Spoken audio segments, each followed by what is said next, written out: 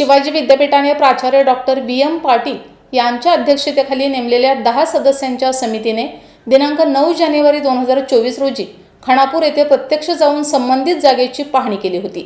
सदर जागेची पाहणी केल्यानंतर असे निदर्शनास आले की खानापूर येथील गट नंबर 572-1, 572-2 व गट नंबर 588 हे सर्व गट एकत्र करून सलग मिळाल्यास जागा शिवाजी विद्यापीठाच्या सांगली उपकेंद्रासाठी योग्य होऊ शकते।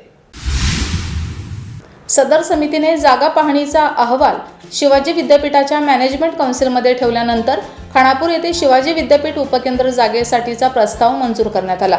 सदर ठराव मंजूर करण्याकरता ॲडव्होकेट वैभवदादा पाटील यांच्या पाठपुराव्यास खऱ्या अर्थाने यश मिळालं। मॅनेजमेंट काउन्सिल मधील ठरावातील महत्त्वाचे मुद्दे: शिवाजी विद्यापीठाचे सांगली जिल्ह्याचे उपकेंद्र खानापूर येथे सुरू करण्यात यावे।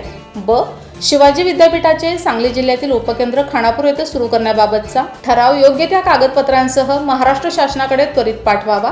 शिवाजी विद्यापीठाचे उपकेंद्र खानापूर येथे करण्याबाबत ॲडव्होकेट वैभव पाटील यांनी मुंबई येथे उपमुख्यमंत्री अजितदादा पवार यांची भेट घेतली होती। यावेळी हे उपकेंद्र खानापूर येथे झाले तर दुष्काळी भागाला न्याय मिळेल। शिवाय खानापूरसह आटपाडी, कवठेमहांकाळ, जत, कडेगाव, पलूस, तासगाव व मान तालुक्यातील विद्यार्थ्यांच्या सोयीचे मध्यवर्ती ठिकाण म्हणून खानापूर उपयोगी ठरेल, असे वैभवदादा पाटील यांनी उपमुख्यमंत्री अजितदादा पवार यांना सांगितलं होतं। यानंतर अजितदादा पवार यांनी तात्काळ उच्च व तंत्रशिक्षण विभागाच्या सचिवांना संबंधित प्रकरण शिवाजी विद्यापीठ प्रशासनाकडून त्वरित मागणी करून घ्यावी व खानापूर येथे हे उपकेंद्र करण्याबाबत कारवाई करा असे निर्देश दिले होते। ॲडव्होकेट वैभव पाटील स्वतः सिनेट सदस्य असल्याने स्वतः लक्ष घालून मॅनेजमेंट काउन्सिलमध्ये ठराव मंजुरीसाठी विशेष प्रयत्न केला होता।